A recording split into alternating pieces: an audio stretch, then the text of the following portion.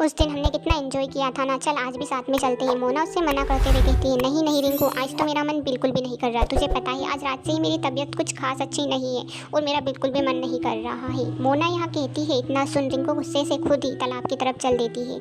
मोना उसे रोकने की कोशिश करती है कि हम कल चलते हैं, लेकिन रिंकू उसकी एक नहीं सुनती। मोना कहती है, अरे रिंकू सुन तो सही, कल साथ में चलेंगे पक्का, लेकिन आज मेरी तबीयत तो ठीक हो जाने दे। सुन ले जरा तो सुन ले। लेकिन उसकी रिंकू एक नहीं सुनती है और तालाब में अकेले ही गाना गुनगुनाते हुए नहाने लगती है। रिंकू जोर जोर से गाना गा रही थी। उसे तालाब में नहाते हुए भी काफ़ी मज़ा आ रहा था, लेकिन उसे नहीं पता था कि रामू उसके पीछे ही खड़ा था, जो कि एक छिछोरा आदमी था। रामू उसी रास्ते से गुजर रहा था, तभी उसकी नज़र रिंकू पर पड़ती है। रिंकू को वहाँ घूरे ही जा रहा था। आज तो अकेली रिंकू थी, इसलिए वह काफ़ी देर तक उसे घूरे ही जा रहा था। रामू छिछोरा था, वह काफ़ी औरतों को तालाब में छेड़ता रहता था। आज कहता है, अरे वाह, आज तो यहाँ अकेले इसके पास जाता हूँ, उसको छेड़ता हूँ, इसे तो आज अपनी बना कर रहूँगा। वहाँ रिंकू के पास जाता है। रिंकू कहती है, अरे तुम औरतों को नहाते हुए देखता तुम्हें शर्म नहीं आती क्या? यहाँ से चले जाओ वरना पुलिस को पकड़ा दूंगी। तुझे पता है मैं एक IPS की बेटी हूँ और अगर मेरे पापा को बता दिया ना तो तुझे जेल में डाले बिना वो नहीं रहेंगे। रामू काफ़ी डर जाता है। रिंकू को वहाँ देखे जा रहा था और कहता है, अरे तू मुझे पुलिस से पकड़वाएगी? अब तो तू बचने वाली है नहीं, क्योंकि तूने मेरा पता लगा लिया है और अब तू मुझे जेल डलवाएगी, इससे पहले मैं तुझे मार डालूंगा।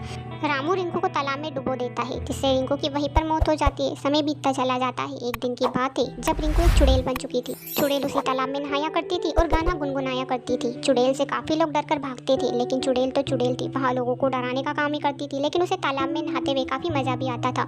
वहाँ जैसे तालाब में नहाने की शौकीन थी, उसी तरह हमेशा तालाब में नहाया करती थी। दिन रात तालाब में नहाती ही रहती थी।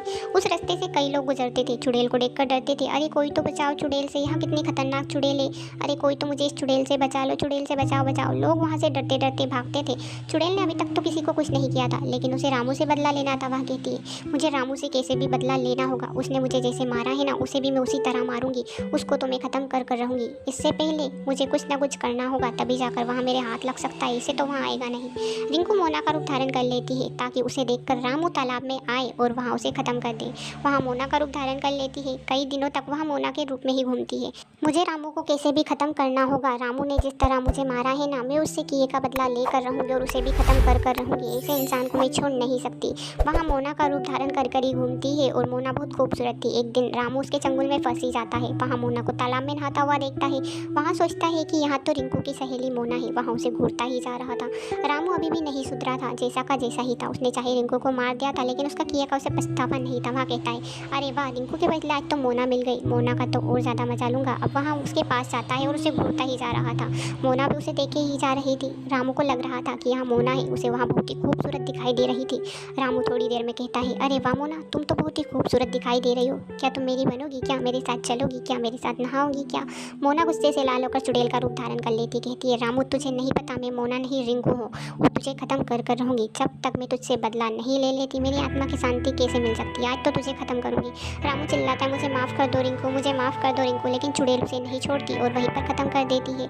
चुड़ैल रामू को ख़त्म करने के बाद ही अपनी मुक्ति पा लेती है। कहानी पसंद आए तो चैनल को सब्सक्राइब करें।